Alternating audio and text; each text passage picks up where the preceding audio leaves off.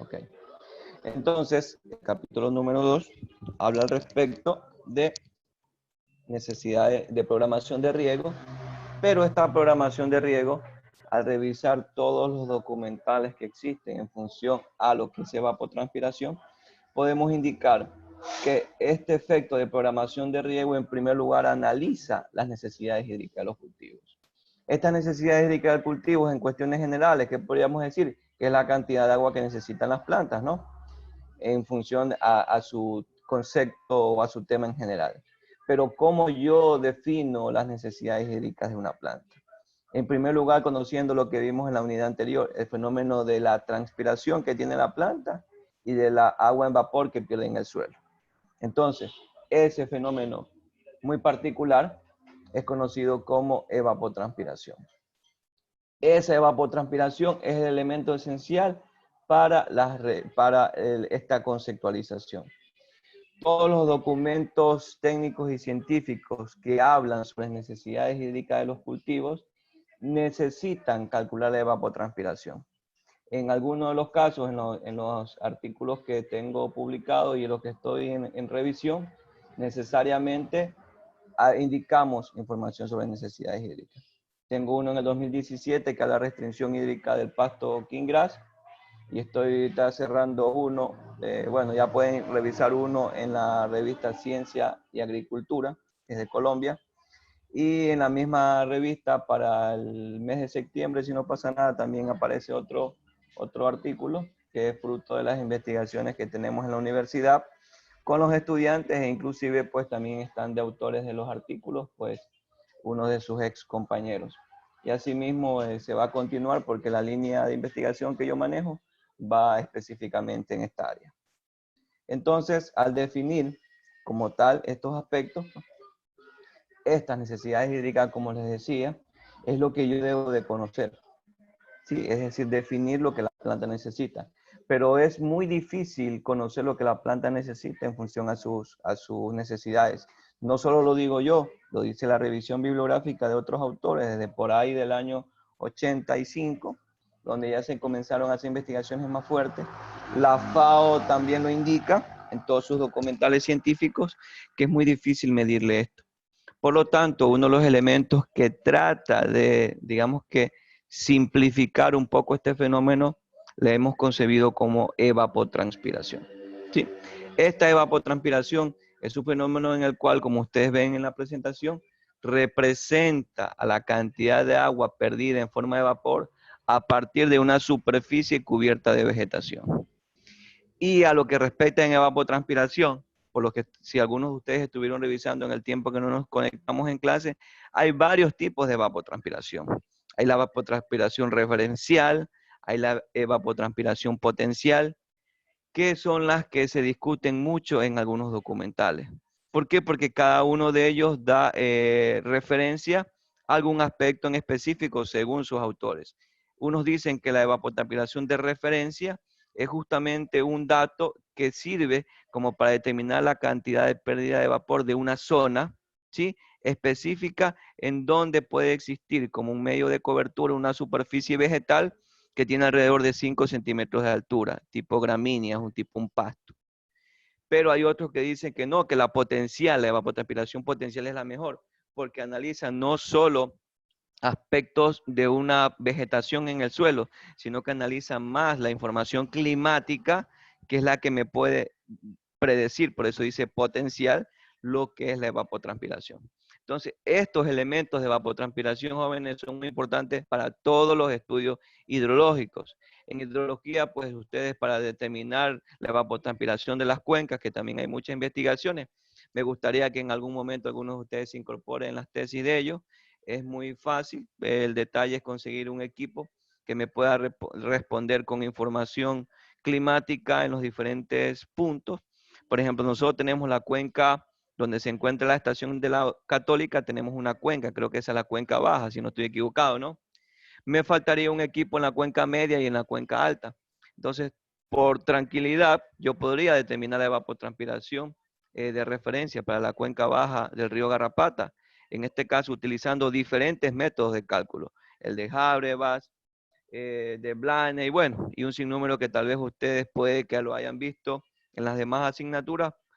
Y en el caso de no, pues nosotros vamos a topar los más importantes que se desarrollan desde el punto de vista de la hidrología agrícola, que eso es lo que vamos a conocer. Entonces, esta evapotranspiración, si tiene alguien algún aporte, alguna sugerencia, pues ustedes saben, no duden en hacerlo. Esta evapotranspiración es medida, ¿sí?, por unidad de superficie. Asimismo, como nosotros medíamos la cantidad de agua en el suelo a través de lámina, a través de porcentaje, asimismo la evapotranspiración se puede, en este caso, medir o estimar a través de unidad de superficie por unidad de tiempo. Puede ser en metros cúbicos por hectárea y por día. Puede ser en metros cúbicos por hectárea por mes y puede ser en metros cúbicos por hectárea por año. Naturalmente, esta evapotranspiración se escribe como ET y puede igualmente escribirse en milímetros día, milímetros mes o milímetros año. Recuerden que cuando hacemos un balance hídrico, también yo puedo definir una evapotranspiración. Ese es un trabajo que hice para la maestría y también tengo un cuadro donde hice un balance hídrico agrícola bastante completo para lo que es la zona de Chone, en función a las condiciones hidrofísicas de los suelos y algunos aportes climáticos de la zona. Esta evapotranspiración, como les decía, existen varias. No me gusta conversar mucho respecto del tema porque pues me ocuparía mucho tiempo en hacerlo. Por eso más lo explico a manera como ustedes vieron y me enfoco a lo que prácticamente me interesa específicamente la asignatura. Entonces, ¿qué factores afectan a esta evapotranspiración? Lo afecta al suelo, ¿sí? ¿Por qué? Recuerden, vimos tipos de suelo arenosos, arcillosos y vimos limosos. Y veíamos que cada uno tiene una capacidad de almacenamiento y de retención de agua en particular. Recuerden que la evapotranspiración, de evaporación, hay una pérdida en el suelo de agua. Pero recuerden que también tiene que estar bien disponible o fácilmente extraíble del suelo para que se transforme en vapor. Entonces, suelos arcillosos pues tienen una capacidad de retención diferente a un suelo arenoso, en donde el agua se mueve más rápido. Esto en realidad es una disyuntiva muy importante, inclusive podría ser parte de una investigación. ¿Por qué? Porque si yo riego, en este caso en un suelo arenoso, con poca lámina o volumen de agua, el agua no se me va a infiltrar tan profundo, va a quedar en los primeros centímetros. Pero imaginémonos en donde yo aplico una lámina muy fuerte de agua. ¿Qué va a pasar en un suelo arenoso? Se percola o en este caso se infiltra muy rápido y no va a quedar en la superficie la cantidad de agua necesaria como para que la mayoría se pierda por evaporación, más se va a perder por percolación o infiltración. ¿Sí? Entonces, esto también es otro punto de vista en donde se podría analizar cuál es la pérdida de agua que tienen los diferentes suelos en función a su textura e inclusive en función al tipo de riego que se aplica. Como notan, cada vez que mencionamos algo, se abre la posibilidad de ver que hay mucha información al respecto sobre estos tipos de investigaciones. Entonces, asimismo en el suelo, pues sí es grato la respuesta, Farías, pero como le digo, en cuestiones ya más específicas podríamos analizarlo de diferente manera. Imagínense donde yo aplico un riego arcilloso, poca lámina de agua, el agua me queda en la parte superior. No infiltra muy rápido porque se queda en la parte superior del suelo y eso me hace a que posiblemente la radiación solar pueda transformarla en vapor y se me pueda perder. Es una hipótesis que podemos plantear en diferentes criterios, pero que más bueno no sería evaluarlo con pequeños ensayos donde se pueda definir esta parte. Además del suelo, también tenemos la vegetación. Recuerden que les comentaba en las clases anteriores que una planta que es opaca en sus colores de hojas tiene más estomas y la que es más brillosa o cerosa tiene menos estomas. Es decir, la que tiene más estomas transpira más y por lo tanto va a perder más agua. Estas vegetaciones hay muchas que tienen muchas hojas, llamada biomasa, y al tener más hojas transpiran más. Entonces, esa vegetación tiene mucho que ver con ello. Las fases del crecimiento del cultivo. Todos hemos visto crecer una planta y una planta crece primero con pocas hojas y luego va generando una área foliar, una biomasa muy importante y hace a que ella pues tenga requerimientos hídricos diferentes, ¿sí? Y eso también es muy importante en el cálculo de evapotranspiración. en general, porque ya después vamos a hablar de los tipos de evapotranspiración, específicamente la del cultivo. Y las condiciones climáticas. Habíamos hablado justamente que estas condiciones climáticas tienen mucho que ver. Solo haciendo un estudio de condiciones climáticas de Chone o de algunas estaciones meteorológicas de aquí de Manabí, yo también puedo crear otra investigación y calculo la evapotranspiración de referencia, ¿sí?, de las estaciones meteorológicas ubicadas en Chone, en Calceta, en Puerto Viejo, es decir, de aquí en Manabí. Eso es otra investigación. Recuerden que ustedes ahora con esta situación de la pandemia, pues deben de tratar de buscar investigaciones en donde hacer trabajos donde les den posibilidad de tener mucho contacto no va a ser posible. Entonces hay que tratar de manejar mucha investigación, trabajando con información ya recolectada y más bien generar los resultados que conlleven a este aspecto. Y pues finalmente yo hago la relación agua, suelo, planta, clima. ¿Sí? Y esto ya lo habíamos visto en la unidad anterior. Entonces, aquí como en estos factores, si ustedes pueden ver, también uno, el suelo, uno, el clima, uno, la planta. No pongo el agua en función a la calidad, que fue lo que primero evaluamos, pero en este caso sí es como un elemento que se pierde a manera de vapor. Si yo quisiera hacer un balance hídrico, como les decía, puedo representarlo en función a diferentes localidades.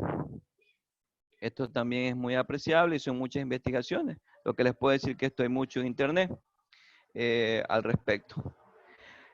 Aquí hay un balance hídrico para Santiago, en donde pues lo quise ubicar porque tenemos, por ejemplo, lluvias, como ustedes ven con la letra P, evapotranspiración con las líneas rosadas y evapotranspiración real con las líneas celestes.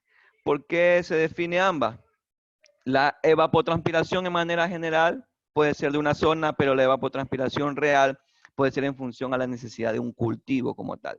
Entonces, por eso que es menor, como ustedes pueden observar, en algunos de los casos donde está por debajo de la línea de evapotranspiración, que sería la referencial o la Inge, potencial. va a Cuénteme. depender bastante de la temperatura, ¿verdad? Uno de los métodos para iniciar el cálculo de evapotranspiración inició justamente con datos de temperatura. Es una referencia muy importante que puede definir la variabilidad de evapotranspiración de una zona a otra. Es uno de los factores climáticos, la temperatura, ¿sí? En el caso de los que tienen estaciones, no miden la ay, se me fue la palabra. Ah, Evapotranspiración. eh, de con estaciones o la miden cuando solo está el verano. No, las estaciones climatológicas lo único que presentan son datos de las variables climáticas que se pueden observar según los instrumentos que se poseen, sean el ciclómetro que mide temperatura máxima, mínima, temperatura de rocío y temperatura ambiente.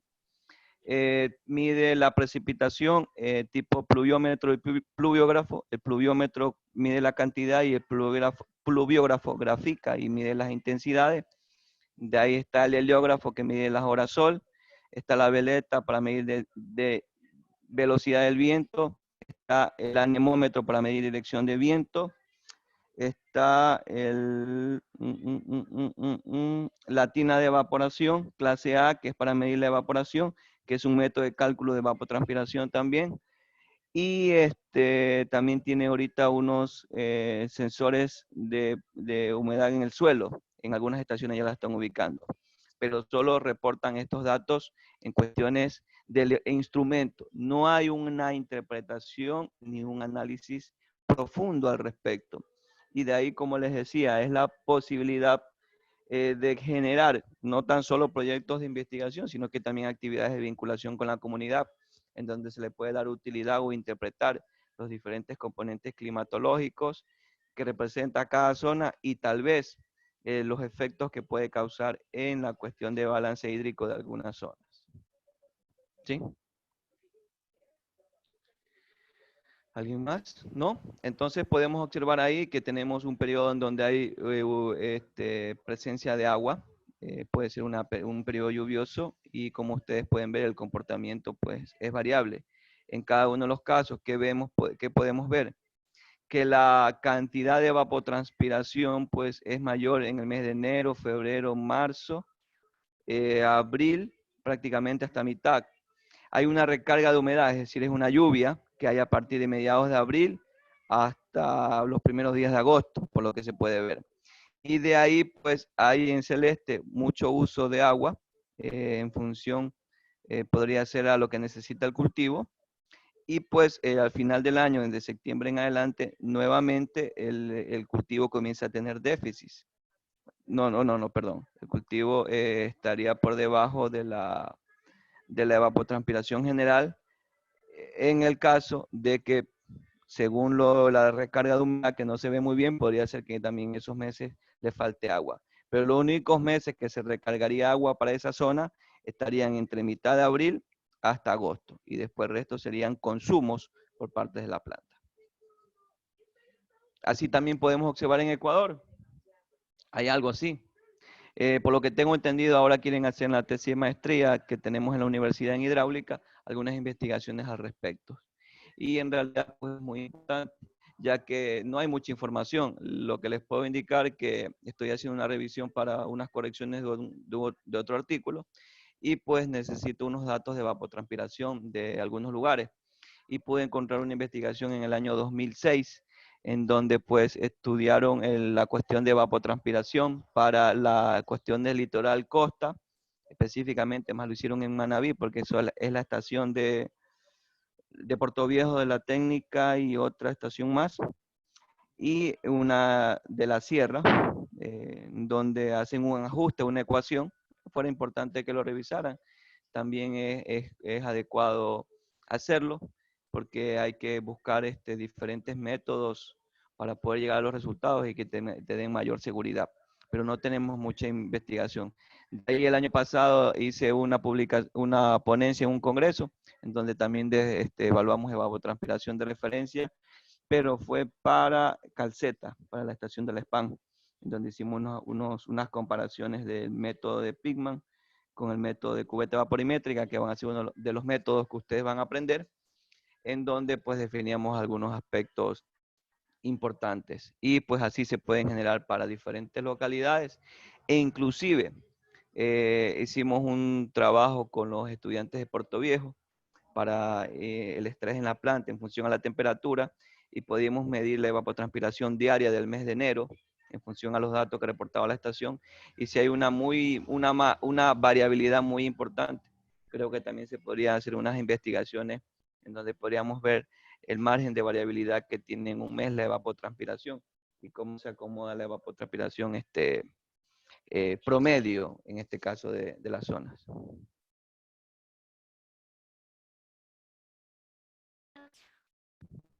No, habla. Perdón. Entonces, aquí podemos ver, ¿qué podemos notar aquí? Que hay ETP, evapotranspiración potencial, en muchas cantidades que es adecuado en función a las condiciones climáticas. Por ejemplo, Puerto Viejo, que es nuestra zona de interés, tiene mucha evapotranspiración. Si notamos, tiene, por lo tanto, amarillo, un déficit de agua muy importante, como ustedes ven. ¿Por qué? Porque no se analiza una recarga de agua muy fuerte. ¿Qué pasa con el dato de Puerto Viejo? La estación que está ubicada en el Jardín Botánico ya no maneja una información de calidad y por lo tanto, pues hay muchos errores en ello. Pero podemos analizar en el caso de la Concordia, ¿sí? Como ustedes pueden ver, hay una evapotranspiración por encima de los 85 milímetros y hay una precipitación que está por encima de los 20. Si ustedes notan que en la Concordia no hay déficit. Entonces, ¿qué quiere decir? Que las lluvias suplen las necesidades hídricas de la zona en cuestiones generales o potenciales, ¿sí? Asimismo, en Puerto Isla, como ustedes ven que no tiene, pero en las otras sí se presenta debido a que no hay aportes. Entonces, como notan, solo es con información climática que se puede desarrollar este tipo de trabajo. ¿Ok? Entonces, bueno, y así podríamos hablar y poner muchos ejemplos de evapotranspiración y de balance hídrico. La cuestión general es de aquí de definir qué se puede hacer con la información. como le decía la vez anterior, es tan importante conocer estos fenómenos que se dan en la cuestión de agricultura. ¿Por qué? Porque la planta no puede hablar ni me puede decir necesito agua, ¿sí? Yo tengo que medir mediante varios indicadores cuál sería la relación que puedo hacer ante estos aspectos. Es decir, lo que se pierde en una superficie por efecto de la radiación solar. Entonces, por lo tanto, pues necesito medir otros parámetros. Estos parámetros, pues, dan la posibilidad de nosotros estimar, que sería la palabra que a veces más utilizamos en algunos documentos científicos, esta evapotranspiración. ¿Por qué? Porque imagínense que la estación está ubicada, vamos en Chone, está ubicada en Garrapata, en la PUSE. Pero necesito yo hacer un estudio para todo el sistema de regantes que va a tener el multipropósito Chone. Entonces, yo tengo que estimar que para toda esa zona puede ser este valor, pero no es un valor calculado específico para ese lugar porque el equipo no se encuentra en ese lugar. ¿Cuál es la ventaja que tienen las estaciones climáticas? Que tienen una validez de los resultados 5 kilómetros a la redonda. Entonces, me sirve muy bien la información para ello. Además, que algunos de los métodos pues, son más precisos para algunas zonas en específico, que ese es el detalle pues, que les voy a ir indicando. Entonces, esa evapotranspiración, ¿cómo la defino? La defino bajo diferentes aspectos. En primer lugar, dicen algunos autores, basta con medir de manera regular la humedad del suelo. Recuerden que cómo veíamos la medición de la humedad en el suelo, tomando una muestra gravimétrica del suelo, llevando la estufa y medir el porcentaje de agua que había en ese suelo. Imagínense estar haciéndolo todos los días. Como que es algo que sería muy tedioso para las cuestiones de actividades agrícolas. Entonces, y no solo para actividades agrícolas, para actividades hidrológicas también. Entonces, es más conveniente, pues, buscar otros métodos. Entonces, si lo hago en el suelo, debería considerar que no hayan pérdidas en profundidad del agua en el suelo. Y para, en este caso, solo para que haya sido evapotranspirada por la parcela. Imaginémonos en una cuenca alta, en donde pues las pendientes son pronunciadas. El agua se me va a escurrir, no voy a tener todo que quede almacenado en el suelo. Claro, en función a su intensidad que pueda caer en función a las lluvias. Entonces, todo esto me da muchos errores que se pueden ajustar de mejor manera. Entonces, si yo puedo saber que no se me va a estimar muy bien el valor de evapotranspiración, en general se determinaron utilizar métodos para su determinación. Y estos son los directos y los métodos indirectos. ¿A qué nos referimos con los métodos directos? Pues en teoría es lo que busca medir lo que se pierde en una superficie en específico. Y se creó la tina evaporante. Como ustedes pueden ver, esta tina evaporante se parece mucho a las que están en las estaciones climatológicas. ¿Sí? ¿Por qué? Porque es un aparato, como ustedes lo ven, sencillo. Permite medir directamente la evapotranspiración de una capa libre. ¿Por qué evapotranspiración? Porque en la parte de abajo, si ustedes pueden ver, hay una pequeña vegetación que es la que también da la presencia del calor por debajo de esas listones de madera, en donde causa que ese efecto de agua de manera de vapor se relacione con esta superficie, esta vegetación como tal. Entonces, a condiciones de ser bien utilizada, permite obtener una buena estimación. Además de ello, hay a la actualidad ajustes de ecuaciones que utilizan esta tina de evaporación clase A para predecir estaciones para algunos lugares en específico. Esta tina de evaporación también la podemos hacer en nuestras casas, jóvenes. Y les voy a dar la posibilidad de generar una que se llama no estándar y que podemos medir evaporación y calcular la evapotranspiración del lugar específico donde yo estoy y relacionarlo con lo que me da la estación meteorológica y pues ajustar valores más ciertos al proyecto que estamos trabajando con cuestiones de riego casero. ¿Sí? El otro método es el vaporómetro Piche. Si ustedes pueden observar, es un tubo de cristal lleno de agua y cerrado en su extremo inferior, pero por una arandela de papel secante, como se puede observar en la gráfica. El tramo de agua evaporada se lee directamente en las graduaciones que posee el tubo, como pueden observar, y puedo medir cuál es la cantidad de agua que se está evaporando en una zona. se utilizó mucho en varios momentos. Ahora ya no se da mucha utilidad, pero pues se podría revisar la información para ver cómo se lo podría ajustar, porque ahora a muchos instrumentos se le aplica un factor de ajuste para que tengan una mayor predicción a una zona y se podría generar otro nuevo espacio de investigación. Estos son los directos, como vieron, solo dos métodos, pero muy específicos. Ambos utilizan el agua midiendo la cantidad de que se evapora en una superficie libre, es decir, solo el agua con un instrumento en particular. Y el fenómeno de transpiración de lo que da la planta, en el primero era lo que estaba en la parte de abajo, la vegetación, y en el vaporómetro pitcher tiene un factor en este caso que se ajusta. Pero por eso es que no tiene tanta confianza porque no está completamente en el suelo como si estaba el de la tina. Entonces, por eso hubo el desuso de esta metodología. Pero pues también debo utilizar métodos indirectos. Bueno, al hablar de métodos indirectos, yo creo que me podría hablar un solo semestre de métodos indirectos, ¿sí? Porque al hablar de métodos indirectos hay un sinnúmero de autores que quisieron proponer diferentes ecuaciones, ¿sí? Diferentes ecuaciones que van por ahí, desde el año 1800, en donde cada uno propuso diferentes ideas de cómo poder estimar la evapotranspiración, ya que no se veía la posibilidad de que en cada propiedad tener una tina de evaporación como ustedes vieron o generar otras metodologías. Entonces, estos métodos indirectos lo que buscan es, mediante fórmulas, poder estimar la evapotranspiración de referencia a la evapotranspiración potencial en función a la información que posea cada una de las zonas y que sean de fácil alcance, no solo al agricultor o al productor agropecuario, sino que también a otras áreas.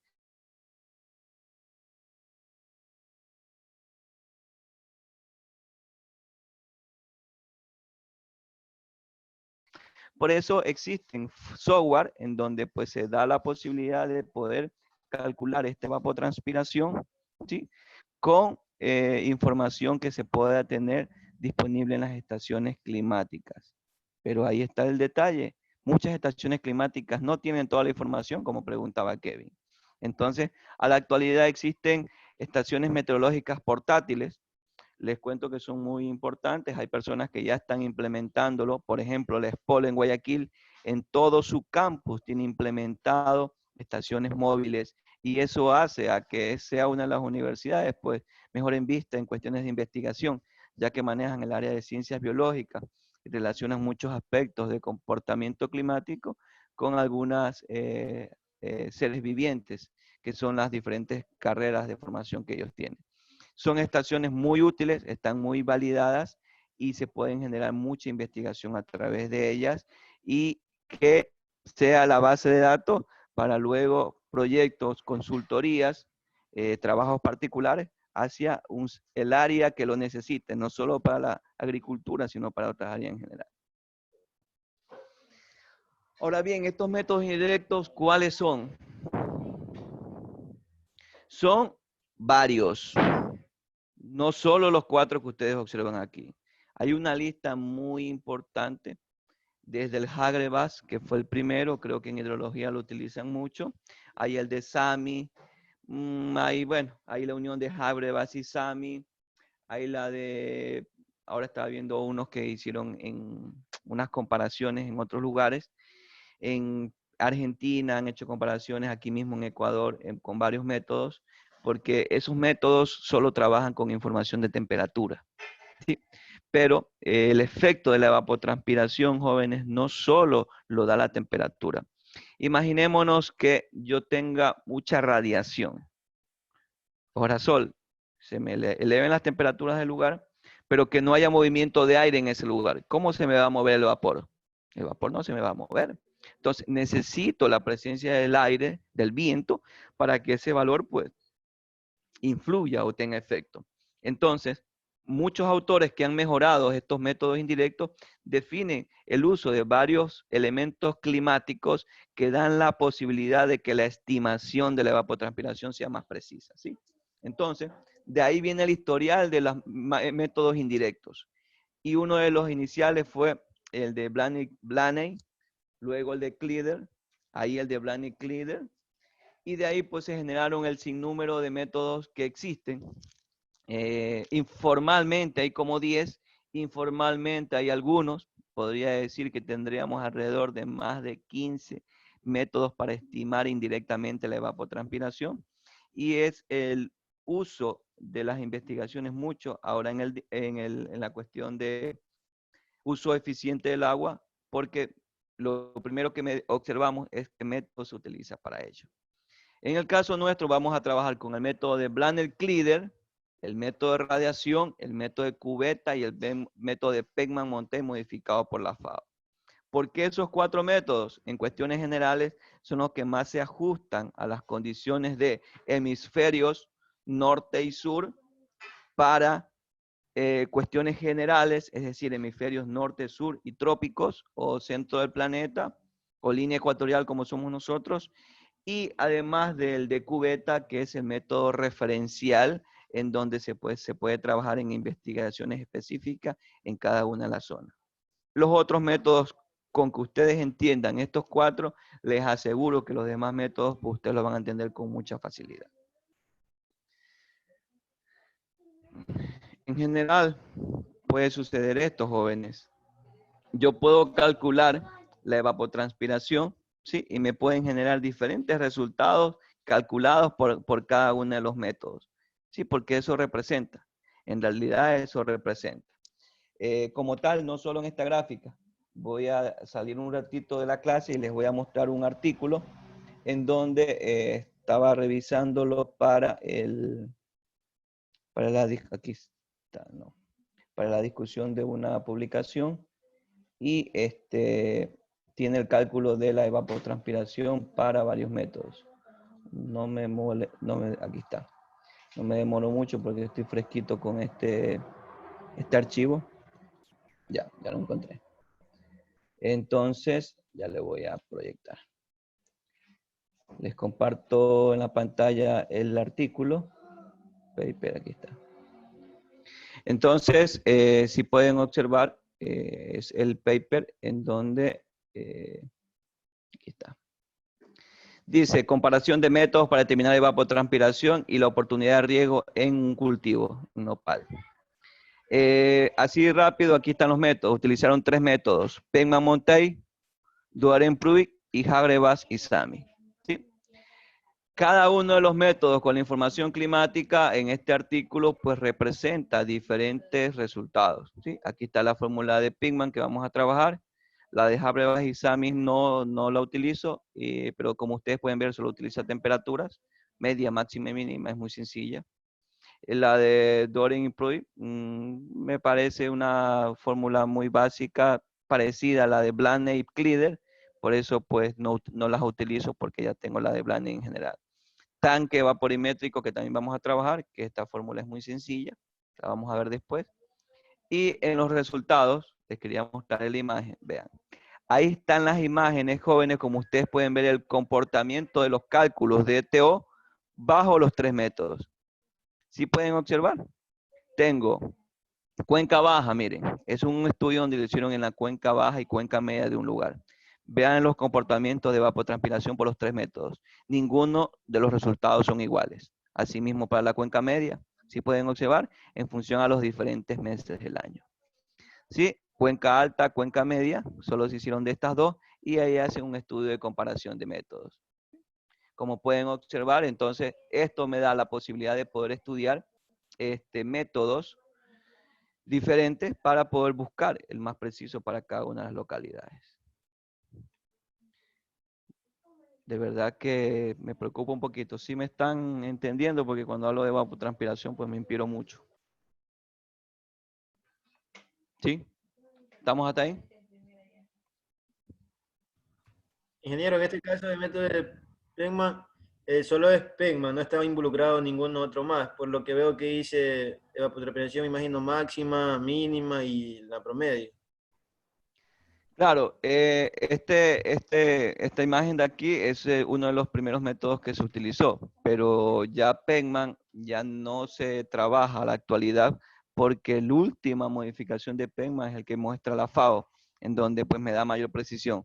Lo que sí les puedo decir que calcular Penman o Penman-Montey era terrible cuando nosotros hacíamos los ejercicios. Yo enseñé hasta el año 2000, 2013,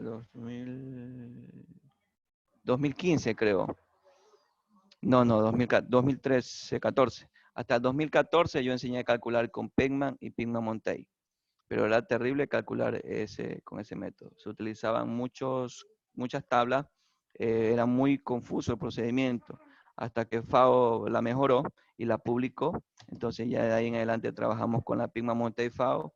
Es larga, sí, pero digamos que es más entendible que la anterior. Y los valores pues se ajustan. Si ustedes quieren, revisen en internet, el libro se llama Evapotranspiración, Manual 56 de la FAO. Ahí está detallado específicamente todo lo que es la ecuación de Penman, ¿sí? E inclusive lo compara con la método, la cubetotina vaporimétrica, que son los que incorporo en esta unidad.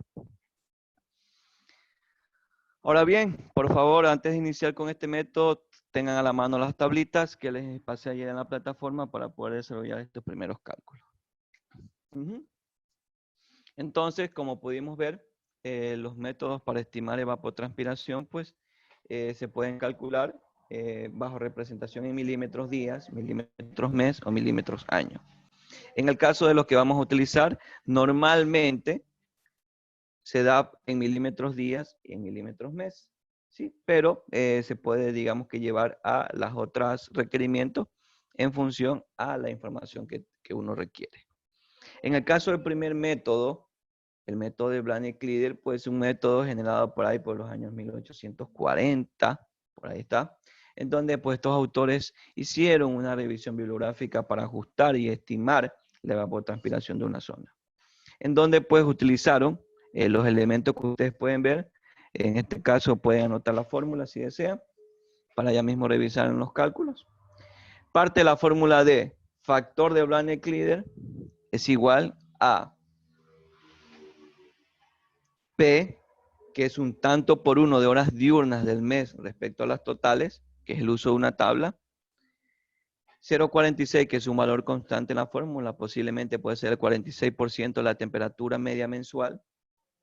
Y más 8.13, que sería pues un valor que se ajustaría a la fórmula. Podría ser a través de una ecuación, un factor de ajuste que posiblemente han de haber hecho en ese entonces. Esta fórmula, como ustedes ven, solo utiliza un elemento climático, que es la temperatura. El otro viene estimado en tablas. Y al ser estimaciones en tablas, pues todavía es un poquito más impreciso, digamos así, para poder estimar estos valores. En este caso, la latitud de 40 grados norte es constante. Para este caso, o en la práctica, ¿cómo defino la latitud? Claro, la ubicación geográfica es muy importante para estos cálculos. En realidad, cualquiera de los métodos que vamos a revisar nosotros necesita la ubicación geográfica del lugar en estudio, porque se utilizan tablas en donde pues se toma información de radiación extraterrestre, que es algo que solo son medidos en centros especializados y lo hacen, por ejemplo, en Estados Unidos. Entonces, esas tablas nosotros las utilizamos para cada una de las zonas con diferentes ubicaciones geográficas en función a su latitud. Por ejemplo, si usted necesita hacer un trabajo para un lugar, pues tendrá que georreferenciar esa zona y luego pues buscar en este caso sus coordenadas específicamente. Si yo quiero hacer un trabajo para la Católica, pues tiene una ubicación geográfica diferente. Si yo lo quiero hacer para Calceta, si yo lo quiero hacer para Puerto Viejo, si yo lo quiero hacer para Quito, si lo quiero hacer para Guayaquil, en el caso de el valor de la información geográfica. Es variable en función a la localidad. Si es un enunciado académico, yo tendría que proporcionarle esa información.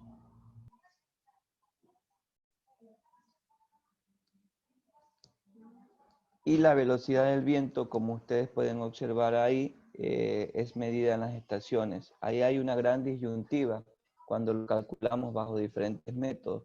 Por ejemplo, el método de Pigman dice que la velocidad del viento se debe ajustar a una altura de 2 metros. Pero nuestras estaciones me dan la velocidad del viento a 10 metros de altura con la veleta de Will. Entonces, ahí hay una imprecisión en los datos que otros métodos no lo toman en cuenta, pero que el método de Pigman sí. Lo que estaba pensando una vez es tomar la fórmula de Pigman y llevarla a cada uno de los métodos para ajustar un poco más los valores de viento para ver cómo se nos da si nos ajustan los valores. Entonces, el primer paso es calcular la temperatura media, que es el primer elemento de la fórmula, ¿sí? Entonces, calculamos temperatura media considerando la temperatura máxima y la temperatura mínima, ¿no? Como ustedes pueden ver, temperatura máxima más temperatura mínima sobre 2, que sería la media del mes. Dijimos que en junio era 33.02 y 22.84. Para 2 dividido me debe dar 27.93.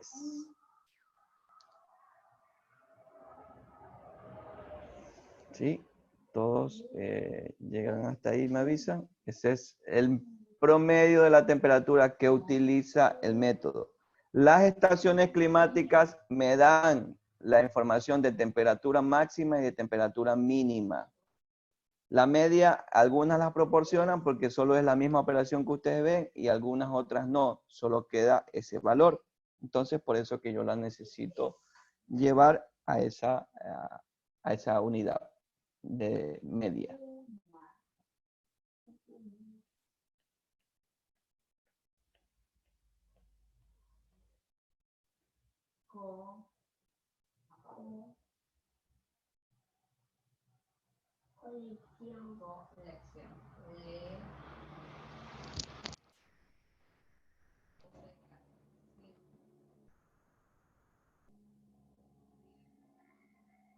Por favor, vayan sacando las tablas y ahí la primera tabla, justo creo que es la 3, si no estoy confundido. Sí, es la 3, Ya. segunda página.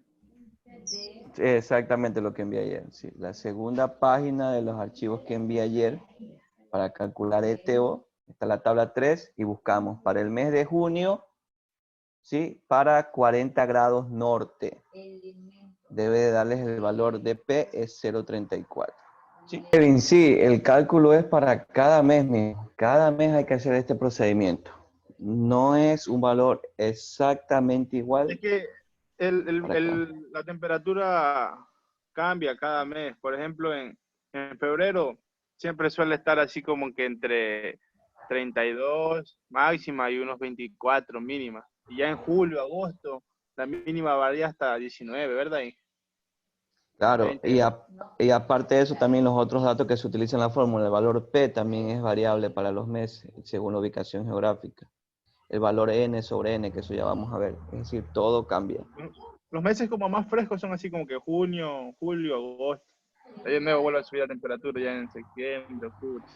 Claro, pero imagínense que yo tengo una revisión de una revista mexicana en donde el revisor me dice que cómo el consumo de la planta puede ser menor en verano que en invierno. Si en verano la planta tiende a perder más agua por vapor, porque la humedad relativa es más baja.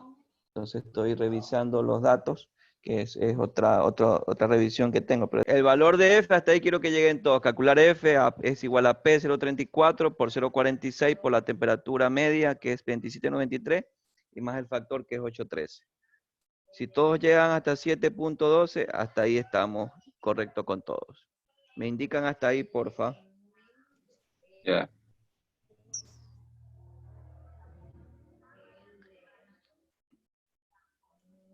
Ya, alguien más. Erika, ¿qué tanto va? ¿Hasta dónde va?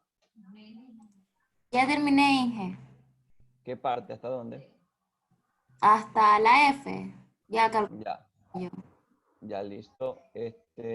Vamos a ver por acá. A ver, ya San Lucas está fresco ahí, ya debe terminado. Divinia llegó hasta F. Sí, ingeniero. Sí, pudo obtener el valor P sin problema. Sí, Ya, ok. Listo. Entonces, si ustedes pueden ver, es el uso de la tabla 3, pero continuamos con el uso de las tablas. Para poder nosotros calcular la ETO, es un valor que debemos observarlo en la primera hoja que les envié en el archivo, que es una figura. Pero antes de eso, yo debo de ¿qué? Yo debo de calcular, en este caso, el valor n sobre n. ¿Qué es el valor n sobre n? El valor n sobre n, como ustedes pueden observar aquí, representa la n minúscula, la cantidad de horas promedios del mes, la IF. No sé si le pueden poner entre paréntesis n y f para que sepan qué exactamente es ese dato. Es igual a 12.5, que es lo que estaba en el enunciado en el mes de junio. Y el valor de n mayúscula, ustedes deben de buscarlo en la tabla 4, asimismo para el mes de junio, con 40 grados norte. Y es el valor de 15. Hacen la operación y obtenemos 0.83. Dígame. Disculpe, la n pequeña, ¿dónde la sacamos? Minúscula. N pequeña es IF de los enunciados. IF. ¿Encontró? Sí. Ya. Ustedes pueden poner ahí que n minúscula entre paréntesis es IF, porque n minúscula en algunos documentos representa a las horas soles promedios del día, del mes o del día, y en otros documentos dice insolación fuerte, que es el que ustedes han visto que aquí yo les proyecté. Entonces por ahí pueden ubicar eso como un dato, como una guía para la información que van a obtener. A veces yo los pongo como hora sol, porque es diferentes formas en donde uno lo extrae de las estaciones climatológicas. ETO, ¿qué significa la pequeña O? ¿Qué quiere decir? Ya, la pequeña O, recuérdese que ET es evapotranspiración. ETO es evapotranspiración de referencia. La O es el valor referencial, es como el valor inicial de un método. En este caso, Blaine determina la evapotranspiración de referencia, que eso es lo que nosotros utilizamos en proyectos de riego en agricultura, la referencial. No sé, para cuestiones hidrológicas, ustedes qué más utilicen, si es la referencial o la potencial. También fuera importante chequear eso para a ver qué más investigaciones se pueden abrir por esa área.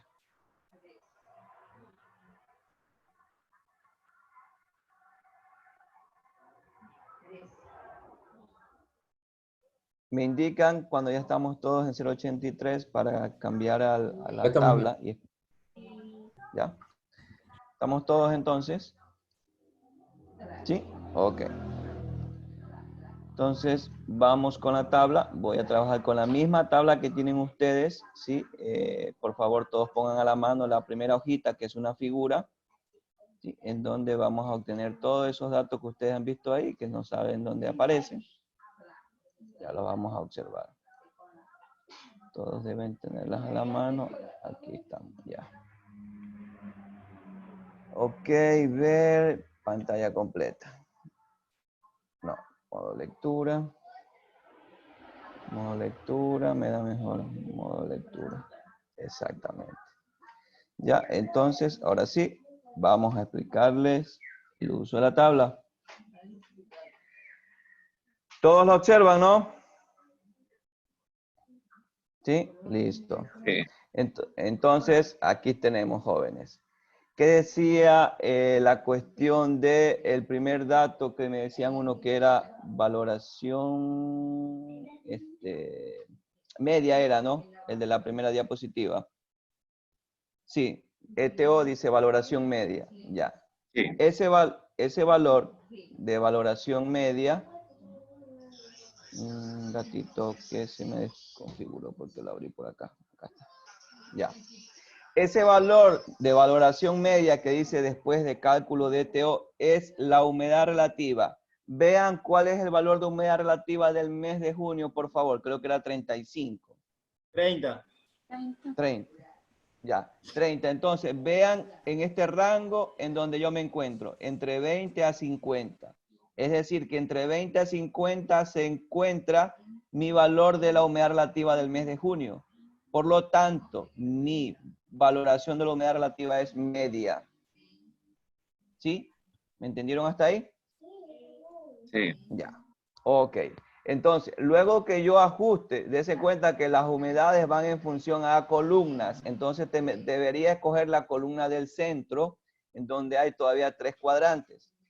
Luego veo mi valor n sobre n, que ya lo calculé. ¿Cuánto me dio mi valor de n sobre n? 0.83. Esa es la valoración alta, creo. 0.83. El primero dice, n sobre n baja cuando está de 0.3 a 0.6. No es. N sobre n media es de 0.6 a 0.8. Tampoco es. Y mi otro valor de n es cuando es alta, mi n sobre n es mayor a 0.8. ¿Sí observaron? Sí. ¿Sí? Entonces, llegamos a ¿qué? A escoger esta fila y ya tengo la columna. Entonces, por lo tanto, es el cuadrante que está en el centro de la última fila. ¿Sí? Hasta ahí estamos todos. Seleccionaron el cuadrante que sería el número 2, como están las diapositivas. Sí. Ya.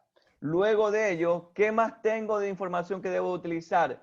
Ven unas líneas que están en función de, digamos que inclinadas o un poco rectas. Son las velocidades del viento. Estas velocidades del viento tienen que ver con vientos diurnos débiles, vientos diurnos moderados y vientos diurnos fuertes. Ahora yo también puedo pensar aquí, vientos diurnos, es decir, solo debería calcular lo que es el dato de la estación que me da entre la mañana y la tarde, no de la noche. Y podría hacer un ajuste también de los datos de este método. Se me viene a la mente eso, que podría revisarse también. Entonces, digo, ¿cuál es el dato de los vientos para el mes de junio? Por favor, ¿me ayudan? 2.1. Ya, si notan 2.1, traen el rango de los vientos diurnos moderados, porque está de 2 a 5 metros sobre segundos, ¿sí? Y por lo tanto, ¿qué hago? Tengo mi línea 2. Ahora bien, con mi línea 2, yo voy a tomar mi valor de F. ¿Cuánto me dio el valor de F? 7 y un poquito más era, ¿no? 7.12. Ya, entonces, aquí tengo, voy a poner una notita. Aquí está mi valor de 7.11. Este valor de 7.11 voy a comenzar a puntear, a marcar líneas hasta llegar a unirlo a la línea de viento número 2, que fue la seleccionada. ¿Sí? Luego que llego a haberla unido a la línea del viento número 2, ¿qué es lo que hago? Proyecto en línea recta hacia el otro eje, en donde, como ustedes pueden observar acá, está la evapotranspiración de referencia en milímetros día para ese mes. Y proyecto, por lo tanto, mi valor sería 1, 2, 3, 4, 5, 6, 7, 8, 9 y un poco más, que es lo que dice en el enunciado, 9.12. ¿Sí? Entonces, como ustedes vieron, aquí se encuentra todo escrito en lo que observamos en la gráfica. ¿Sí? Esto ya es para que ustedes lo chequen. No sé si Raúl también le quedó claro, que me decía que no entendía esa parte. Raúl. Sí, sí, ingeniero, y sí, ya sé cómo sacarlo. Ya. Pero una pregunta, Ya. imagínense que en lo que es la F, ya donde uno sustituye el valor de la tabla 3, que me dé más elevado el 7.2, imagínense que me dé un 10. Ya, si está dentro del rango de la gráfica, no hay ningún problema. O 10 ya no se encuentra dentro del rango. Es que no, es que por eso le digo, solo está hasta 8. Sí, solo está hasta 8. Entonces ahí ya me siembra una duda ahí. A ver, vamos a ver.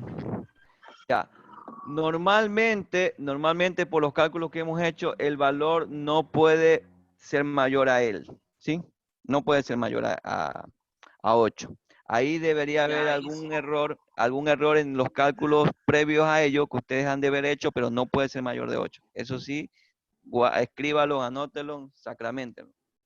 Igual yo creo que ellos hicieron esa gráfica en torno a las temperaturas y pocas son temperaturas que pasan de 40 grados. Por lo general siempre dan hasta 8, 7, 8. Sí, exactamente. Ya igual a la larga tendrían que ajustarla un poco más porque como las temperaturas se siguen Están incrementando. subiendo, sí, exactamente. Sí, exactamente. Ajá. Pero hasta ahora no hay ese problema.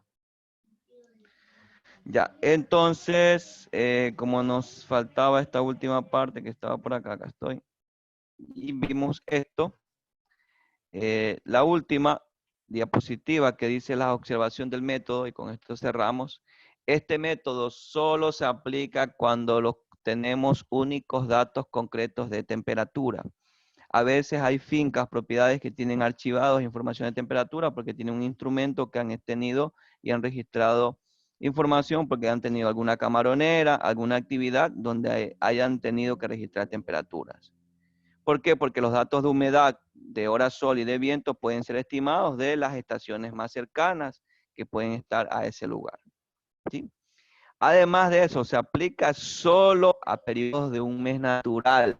¿A qué se refiere? Por ejemplo, cuando nosotros hacemos ensayos en la universidad, nosotros estamos necesitando calcular el ETO diario para el cultivo y no el ETO mensual. Entonces, de ahí este método no me sirve para ensayos de investigaciones cuando defino necesidades hídricas de los cultivos, ¿sí? Además de ello, no se debe aplicar en regiones ecuatoriales, en zonas de gran altitud, en islas pequeñas, ni en aquellos climas en donde hay una gran variación de hora sol durante los meses de transición. Nosotros puede ser entre invierno y verano, ahí dice en el documento porque es para hemisferios entre primavera y otoño. Como notan, es un método bastante poco útil en función a los datos que nos proporciona bajo nuestra realidad. En primer lugar, Ecuador. ¿Sí? De ahí, pues, y tal vez en el caso de que solo tenga datos de temperatura.